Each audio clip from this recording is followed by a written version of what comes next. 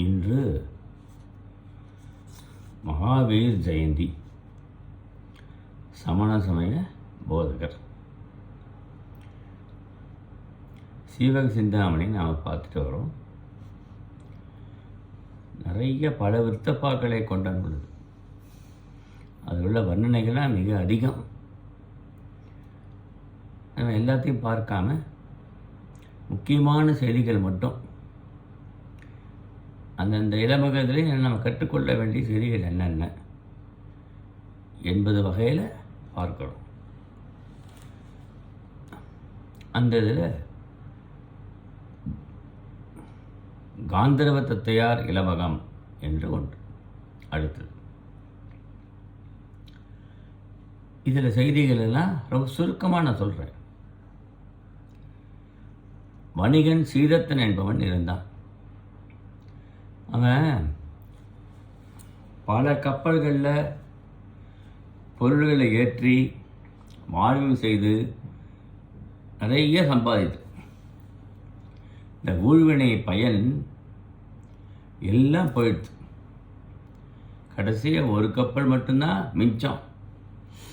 அந்த ஒரு கப்பலை விடக்கூடாது, நான் வியாபாரம் பண்ணணும் என்று சொல்லி அதை செய்து வரான். அவன் சொல்கிற கருத்து இப்போ தான் முக்கியங்க. நல்வினை இல்லை என வருந்தி இருப்பதில் அர்த்தமில்லை. நமக்கு நல்வினை இல்லை, தீவினை தான் வந்திருக்குன்னு நினச்சிட்டு வருத்திட்டு உட்காந்துருக்கக்கூடாது. கால வேறுபாட்டால் அம்மி மிதக்கும். கால வேறுபாடு ஆகிற போது அம்மி மிதக்க ஆரம்பிச்சிடும். சுரை குடுக்கை ஆழ்ந்து போயிடும் இல்லையா? ஆக உழைப்பே தான் ஆதாரமாக நமக்கு அமைகிறது. உழைப்பு தான் முக்கியம். நம்ம சிதலை தின்னப்பட்ட ஆலமரத்தை அந்த விழுதுகள் தாங்குவது போல். ஆலமரம் ரொம்ப இதுவாக போச்சு, ஆனால் விழுதுகள் அந்த மரத்தை தாங்கி பிடிக்கிறது. நம் முயற்சியால் நம்ம குடும்பத்தை காப்பாற்ற வேண்டும் என்று வணிகன் கருதுகிறான். ஒரு நல்ல நாளில் தெய்வத்தை வணங்கி கப்பலில் புறப்பட, ஒரு நல்ல நாள் பார்த்து தெய்வத்தை வணங்கி கப்பலில் வியாபாரத்துக்கு புறப்படுறான். அது புறப்பட்டு அந்த கப்பலில் சென்று ஒரு தீவில் ஒதுக்குகிறான். அந்த தீவு பொன் விளையும் பூமி, நிறைய அங்கே செல்வம் கொழிக்கிறது. அந்த தீவுக்கு சென்ற அவன் கப்பலில் உள்ள பொருள்களை இறக்கி அந்த மன்னனை பார்ப்பதற்கு காணிக்கை எடுத்து செல்லுகிறான். மன்னனை கண்டு அளவலாவி, நாங்கள் வியாபாரம் செய்யணும், நீங்கள் அனுமதி தரணும் என்று கேட்கிறான். மன்னன் அனுமதி கொடுக்குறான். அந்த பொருள்களை கொழுந்த பொருள்களெல்லாம் அங்கே வியாபாரம் செய்துவிட்டு 6 மாத காலம் வியாபாரம் செய்து முடித்தான். முடித்ததுக்கப்புறம் அங்கே உள்ள பொருட்களை கப்பலில் ஏற்றி கொண்டு நாம் சென்று வியாபாரம் செய்யலாம். அந்த வந்த வருவாய் லாபத்தை வைத்து கொண்டு அங்கே இருக்கிற பொருட்களை வாங்கி கப்பலில் ஏற்றி போகிறான். அவன் ஒவ்வொன்றுக்கும் நாள் பார்க்கறது இந்த சீவக சிந்தாமணியில் பார்க்குறான். சமண சமயமாக இருந்தாலும் நாள் பார்த்தா ஒவ்வொரு காரியம் செய்கிறாங்க என்பது. ரேவதி நாள், ரேவதி இருக்கிற நட்சத்திரம் இருக்கக்கூடிய நாள். வியாழன் ஓரை, வியாழம் குரு பகவான், குரு ஓரை. தனுர் லக்னம், இதெல்லாம் சேர்ந்து வர நாளாக பார்த்து தன் நாட்டுக்கு திரும்புகிறான். கப்பல் திரும்புறது, நாட்டுக்கு திரும்ப இந்த மாதிரி வரணும். கப்பல் நாட்டுக்கு கப்பல் போய் கொண்டிருக்கிறது. கரைக்கு வருகிற சமயம் இன்னும் கொஞ்சம் போனால் கரையில் வந்துடும். ஆனால் இந்த ஊழ்வினை பயனானது எங்கோ இடிமழை பெய்து ஒரே கலேபரமாகி அது தள்ளிட்டு போயிடுது கப்பலை. ஆமாம், அவன் சொல்கிறான் கப்பலில் உள்ளவர்களை பார்த்து, துன்பம் வரும்போது வருந்துவதால் பயனில்லை. துன்பம் வரும், இடுக்கன்னு வருங்க நகுகன்னு திருவள்ளுவர் சொன்னா இல்லையா? துன்பம் வருகின்ற போது வருந்துவதில் எந்த பயனும் கிடையாது. ஆமாம், மகிழ்ச்சியாக இரு. போகூழ், நமக்கு போகூழ் வந்துவிட்டால் பொற்கிணத்தில் நீரை பருகினாலும் நாம் உயிரை விட்டு விடுவோம். ஆமாம், அதான் முக்கியம். அங்கே போகும்னா தீவினை காலம் வருகிற போது. ஆகூழ், நல்ல காலம் இருந்தாக்க கடலில் முயற்சி செய்தும் உயிர் தப்ப முடியும். கடல்லையே நீ விழுந்துட்டா கூட, கப்பலோட கடலில் விழுந்தாலும் உயிர் தப்பி பிழைக்க முடியும். அதனால் ஒரு நல்வினை தீவினை இங்கு இருந்ததுன்னா அதுக்கேற்ற மாதிரி நடக்கும். அது வினை தான் அவனுடைய வாழ்க்கையை நடத்துகிறது என்று உள்வினை உறுத்து வந்து ஓட்டும் என்ற செய்தியை இங்கே கூறுகிறார். ஆம், இவன் எல்லாருக்கும் அறிவுரை கூறிவிட்டு அவனும் அருகப்பெருமானை தியானிக்கிறான். தியானம் செய்து எதனால்தான் இது நடக்கட்டும், நீங்கள் தான் பார்த்துக்கொள்ள வேண்டும். கப்பலில் போனோடனே கப்பல் அப்படியே முறியிறது, எல்லோரும் சின்னாபின் ஆயிடுறது, எல்லாம் போயிடுறது. என்ன பண்ணணுன்னு தெரியல. ஒரு பாய்மர துண்டை பற்றி கொண்டு அப்படியே வராமல் கடலில் இவனை ஒதுங்கிடுது. கடலில் ஒதுங்கினதுக்கப்புறம் அங்கே பார்க்குறான், ஒரு நண்டு இருக்குது, கடல் வாழ் நண்டு இருக்குது இல்லையா? அது அன்னப்பறவை காப்பாற்றுகிறதாம். இது அவனுக்கு நன்னிமித்தமாக படுகிறது, நல்ல நிமித்தமாக கருதுகிறான். ஒரு நண்டினை அன்னப்பறவை நண்டினை திங்கும், அந்த பறவையான நண்டினை காப்பாற்றுகிறது என்று பார்த்தோம். ஓ, இது நல்ல நிமித்தமாக இருக்குது, வேறொரு கப்பல் வரும், அதில் நம்ம தப்பித்து நம்ம ஊருக்கு செல்லலாம் என்று பேசாமல் இருக்கான். அதுபோலவே அவனை நோக்கி தரன் என்பவன் வந்தான். தரன் யாரோ இவன் யாரோ தெரியாது, வந்தான். அவன் அவனை பார்த்து, வருத்தப்படாதப்பா, உன்னுடைய இழந்த பொருளெலாம் மீட்டு செல்லாம், என்னோட கொஞ்சம் வா, நான் உன்னை அழைச்சிட்டு போகிறேன் என்று கூறி நான் ஒரு மலை மேலே அவனை அழைச்சிட்டு போகிறேன் அப்படின்னு சொல்கிறான். அவன் விஞ்சையில் வல்லவன். விஞ்சையெல்லாம் வானத்தில் பறக்கிறது, போகிறது, வருது, அது மாதிரி வித்தைகள் செய்கிறாங்க இல்லையா? வித்தை செய்யல வல்லவனாக இருப்பான் விஞ்சை. அதில் ஒரு ஆற்றுக்கிடாய மேலே இவனை சீதத்தனை அழைத்து கொண்டு ஒரு மலை மேலே ஏறுகிறான். மலை மேலே ஏறி அங்கே இருக்கிற போது அங்கே நிறைய பழங்கள்லாம் இருக்குது. இந்த பசிக்கு இந்த பழங்கள்லாம் சாப்பிட்டுறான். அதுக்கப்புறம் அங்கேருந்து ஒரு பெரிய அரண்மனை, அமராவதி, இந்திரனுடைய அமராவதி நகரம் போல் இருக்குது, அந்த அரண்மனைக்கு போகிறாங்க. எங்கள் அரசனுக்கு பெயர் கருடவேகன் என்று பெயர், அரசிக்கு தாரணி என்று பெயர். இவர்கள் மகள் தான் காந்தர்வ தத்தை என்பவள். இவள் பிறந்த உடனேயே நிமித்திகர்கள், ஜோசியர்கள் அந்த நேரத்தை வைத்து கணித்து என்ன சொன்னார்கள், இவளுடைய திருமணமானது இந்த உலகத்தில் நடக்காது, பூமியில் ராசமாபுரம் என்ற ஊரில் ஒரு அரசனுக்கோட திருமணம் நடக்கும் என்று கணித்து சொல்லி விடுகிறான். எதிர்காலத்தில் உள்ள விஷயத்தை கணித்து அழகாக சொல்லிட்டான். அரசனை கண்டு அவன் அளவலாவே காத்திருக்கான். இந்த செய்தியை கேட்டோன்னா அப்படியே காத்திருக்கான். காந்தர்வதத்தை வீணை வாசிப்பதில் மிக வல்லவள். அவளுக்கு நிகராக வீணை வாசிப்பதை யாருமே சொல்ல முடியாது. அப்படி அரசன் சொல்கிறான் அவனை பார்த்து, இது பாருங்கள், நீங்கள் பூமிக்கு அழிச்சிட்டு போ, நிமிஷம் சொன்னபடி ராசமாவரத்துக்கு சென்று சேருங்கள். நீங்கள் உங்களுடைய புதவியாக இவளை கருதி கொள்ள வேண்டும். ஆமாம், இப்போ வீணை வாசிப்பதில் மிகவும் வல்லவள்கள். அப்படி நாங்கள் 2 பேரும் அவளை வளர்த்திருக்கிறோம். இவரோட கூட தோழியை அனுப்பி வைக்கிறோம் என்று சொல்லி நிறைய சீதன பொருள்களை கொடுக்குறாளாம். சீதன பொருள்கள் நிறைய கொடுத்து அவரோட அனுப்புகிறோம். எவ்வளவு?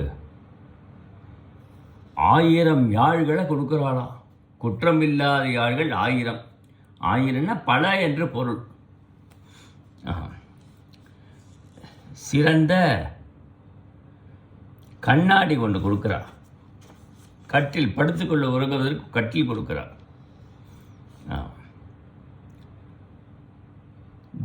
தூபமுட்டி. பெண்கள் எல்லாம் அந்த காலத்தில் நீராடி தூபத்தை நல்ல அருமண புகையை தூபமுட்டி போட்டு அதை காய்த்து கொள்வார்கள். அது தூபமுட்டி. அப்புறம் புணுகு செப்பு. புணுகு இருக்கக்கூடிய செப்பு. புணுகு செவ்வாதுன்னு சொல்கிறது இல்லையா, புணுகு பூனையிலேருந்து தயார் பண்ணக்கூடிய அதை எடுத்து வாசனைக்கு பூசிக்கொள்வாங்க. அது இது போல் சிறந்த பொருள்கள் எல்லாத்தையும் அனுப்பி ஒரு தோழியை கூட அனுப்புகிறாளாம். அம்மா, நீ கூட இருந்து இவளை பார்த்துக்கொள் என்று அவளையும் அனுப்புகிறாள். அப்பொழுது சொல்கிறான் அந்த அரசன், சங்கு தான் பிறந்த இடத்துக்கு பயன்படாதுப்பா. அதை யாரை நுகர்கிறார்களோ அவர்களுக்கு பயன்படுகிறது. அதுபோல தான் முத்தும் பிறந்த இடத்துல பயன்படாது. யார் சென்று அடைகிறதோ அந்த முத்து அவர்கள் அடைந்து கொண்டு அதனை பெறுகிறார்கள். அதுபோல் இவளை நான் உன்னோட அனுப்பி வைக்கிறேன்ப்பா, பார்த்துக்கோ. அதோடு இல்லை, இவளோட சில பொம்மைகள் அனுப்புகிறானாம். அதாங்க முக்கியமானது. சித்திரப்புறா, சித்திரத்தை செய்யப்பட்ட புறா. ஊகம் மந்தி. ஊகம்னா பெண் குரங்கு, மந்தினா ஆண் குரங்கு. பொன்னால் செய்யப்பட்ட மான். இப்படி சிலவற்றையும் சேர்த்து அவளுக்கு பிடித்தமான பொருட்கள், ஆபரணங்களே வைத்திருக்கிற ஒரு பேழை, சிறந்த ஆடை அணிகலன்கள் எல்லாத்தையும் அனுப்புகிறான். போய் நீங்கள் இதெல்லாம் எடுத்துகிட்டு போய் நல்லபடியாக பார்த்து கொள்ள வேண்டும் என்று அறிவுரை வழங்குகிறான் அரசன். அந்த தாய் பிரிய மனமில்லாமல் தன் பெண்ணை பிரிகிறாளாம். சீதத்தன் திரும்பவும் அவர்களை கப்பல் மூலமாக அழைத்து கொண்டு ராசமாபுரத்தை சாருகிறான்.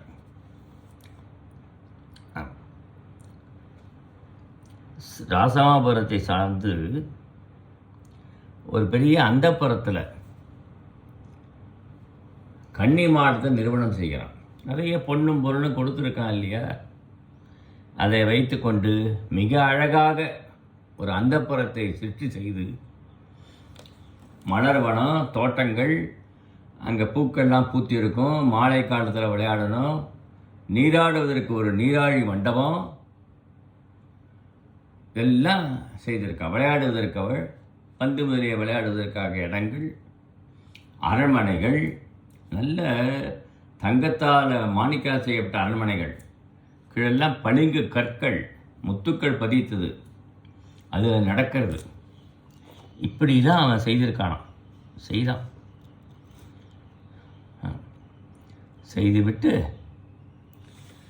நல்ல கட்டில் மேலே அவன் படுத்து உறங்கி அதை நல்லா வளர்த்து வைக்கிறான்.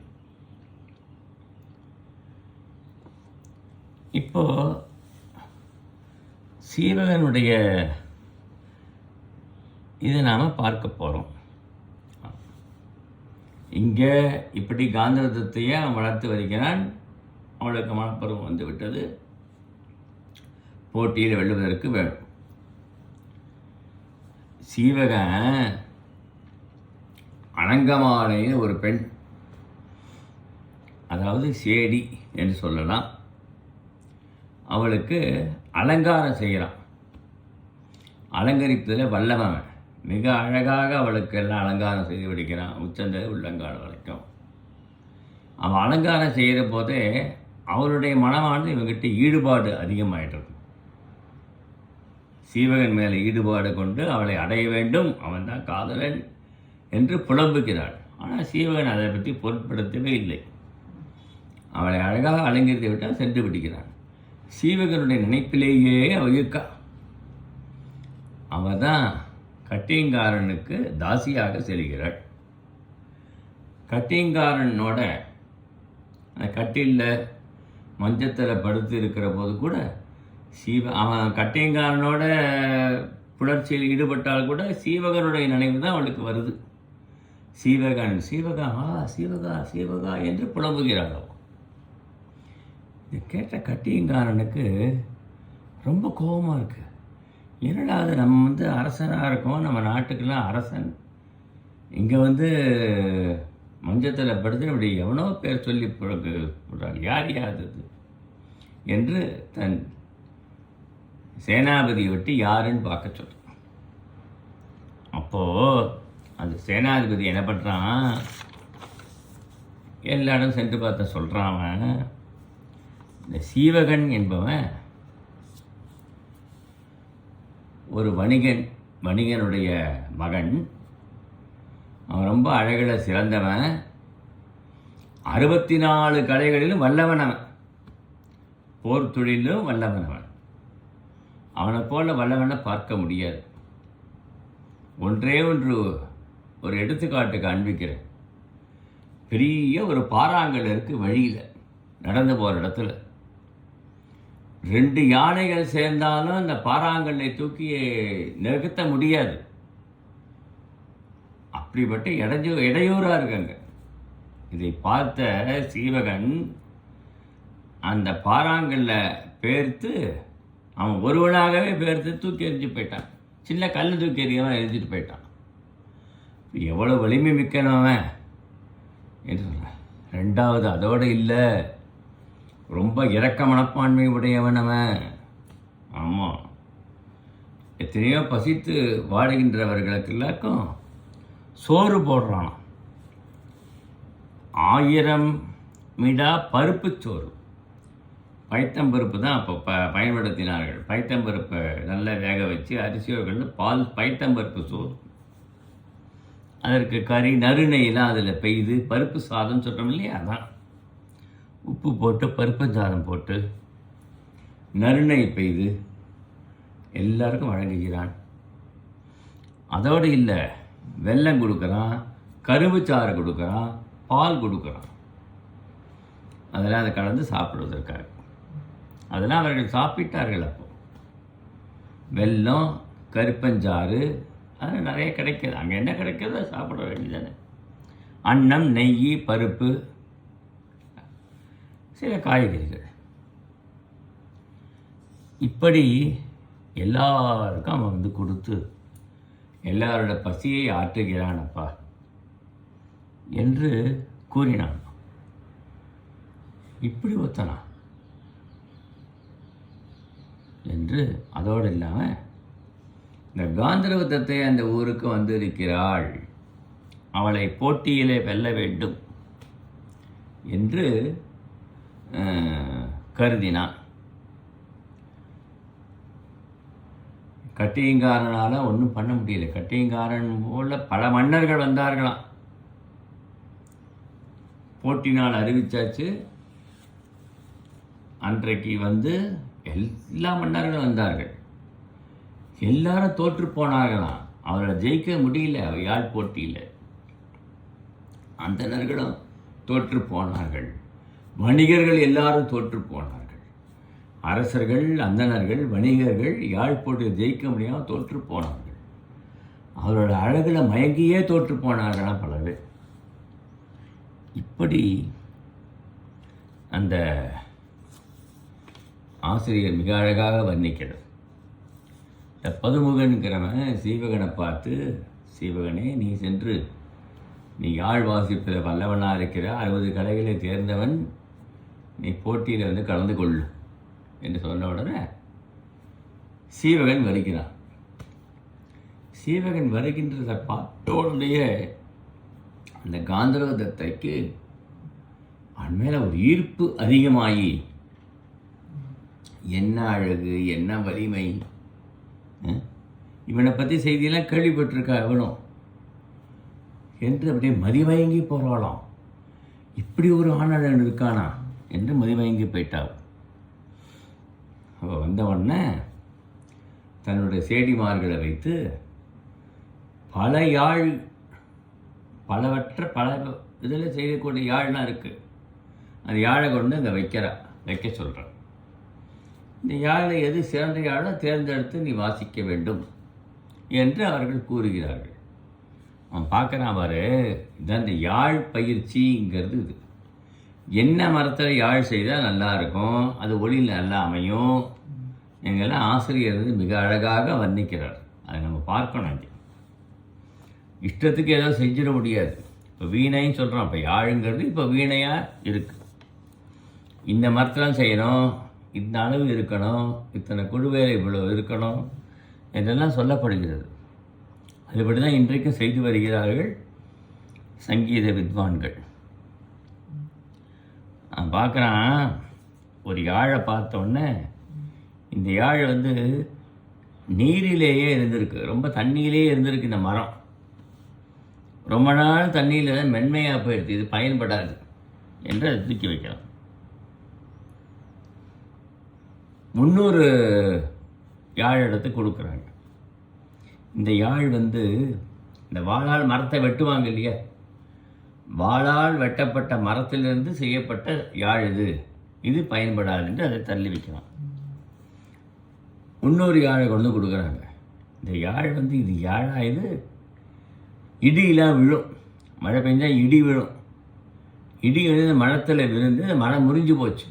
அந்த மரத்தில் இந்த யாழை செய்திருக்காங்க, இது பயன்படாது. அப்புறம் 300 யாழை கொண்டு வைக்கணும். நிலமயக்கம், இந்தந்த மரங்கள் இந்தந்த நிலத்தில் தான் விளைய வேண்டும் என்று நியதி இல்லையா. 5 வகை நிலம் இருக்கு இல்லையா, குறிஞ்சி நிலம், மருத நிலம், நெய்த நிலம், பாலை நிலம், இப்படி முல்லை நிலம், இப்படி 5 வகை நிலத்தில் என்னென்ன நிலத்தில் என்னென்ன மரங்கள் இருக்குது என்று அந்த நிலத்தில் விளையாமல் வேறொரு நிலத்தில் விளைந்த மரத்தை கொண்டு அந்த நிலத்துக்குரிய மரத்தை செய்தால் நல்லாயிருக்கும். அந்த நிலத்தில் வேறொரு நிலத்தில் விளைந்த மரத்தை கொண்டு சரியாக வராது. அப்படிப்பட்டது என்று அதையும் தள்ளிட்டு ஒரு நல்ல யாழை வந்து தேர்ந்தெடுத்து வைக்கிறான். இது எப்படிப்பா தேர்ந்தெடுத்தே என்று கேட்கிறார். அதுக்கு அவன் சொல்கிறான், ரொம்ப நல்ல மரம், நல்ல மரத்தில் செய்யப்பட்ட யாழ். இவங்க தண்ணி ஊற்றி, அந்த செவிலித்தாய் இருக்காளே அந்த மரத்துக்கு தண்ணி ஊற்றி வளர்க்கலை, பாலை பெய்து அது வளர்த்துருக்கா. அந்த பாலை பெய்து வளர்ந்த மரம் இது, அந்த மரத்தில் செய்யப்பட்ட யாழ். அதனால் இந்த யாழ் வந்து மிக சிறந்தது என்று அந்த யாழை வந்து தேர்ந்தெடுக்கிறார்கள். மிக சிறந்த யாழ் என்று தேர்ந்தெடுக்கிறத பார்க்குறோம் நம்ம. அதுக்கப்புறம்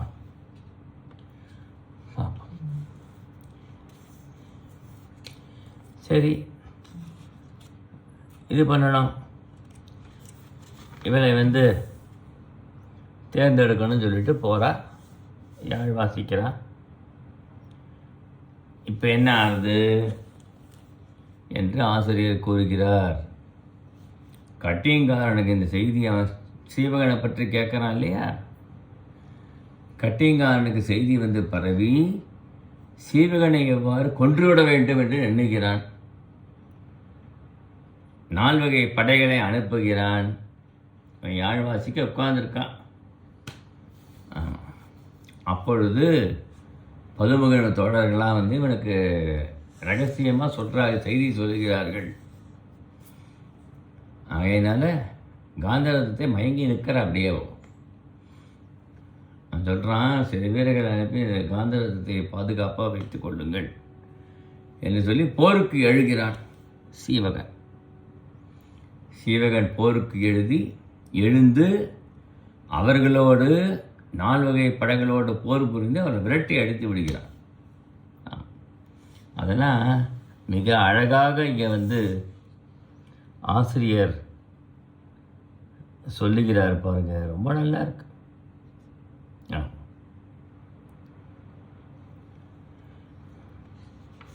இப்படி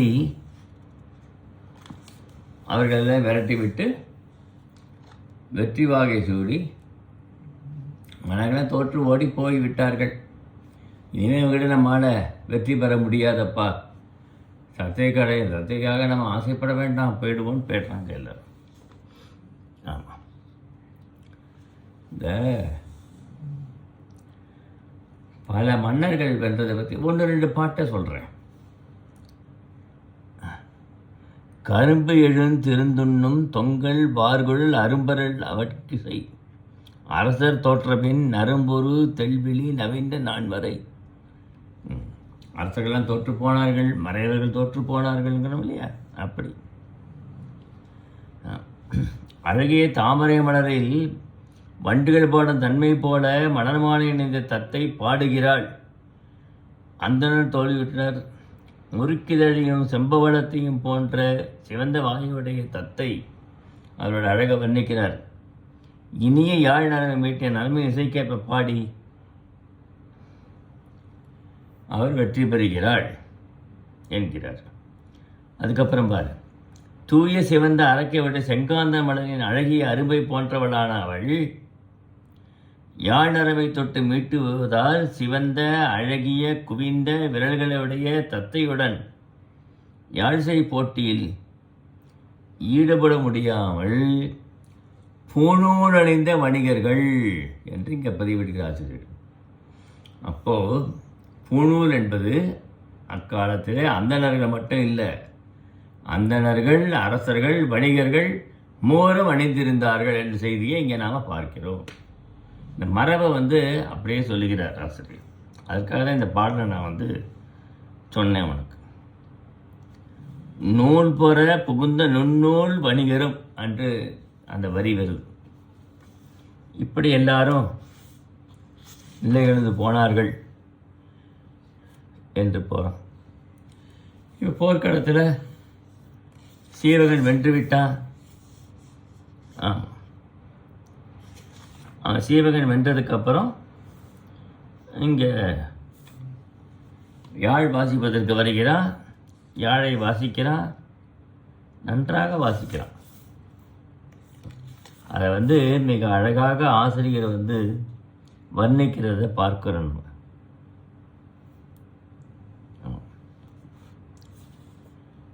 ஒரு சில இதை நம்ம பார்ப்போம்.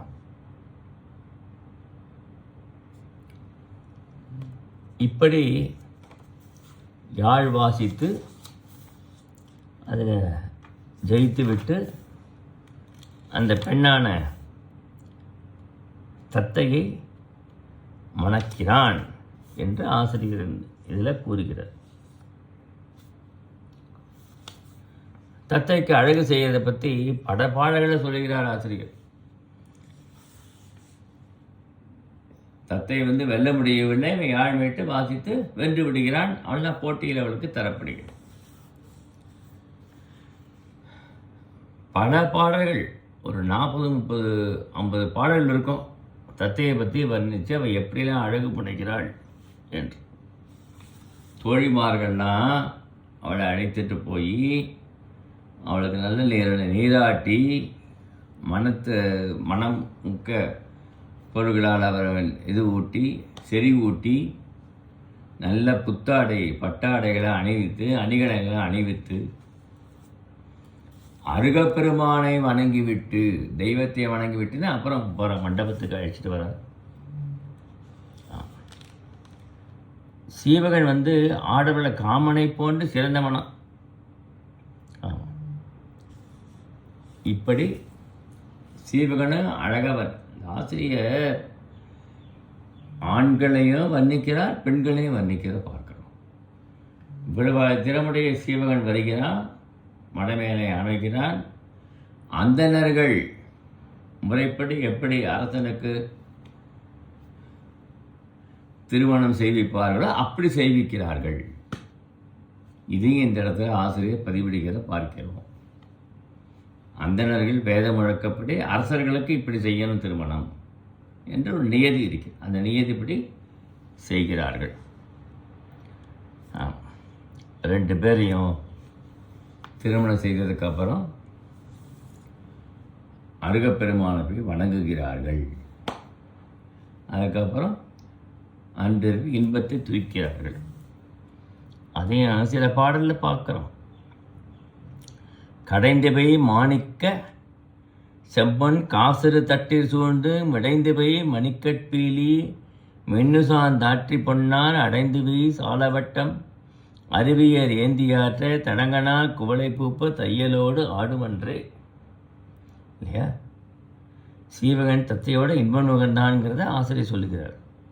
பஞ்சு சூழ் பறவையல்குள் பாங்குதி கலாபம் வீங்க செந்தலில் கோதை சோர கிண்கிணி சிலம்போடங்க மைந்தருள் காமமன்னன் மகளிரில் திருவனானை அந்தர தமரை பெற்ற அமிர்தனை பருகினான்.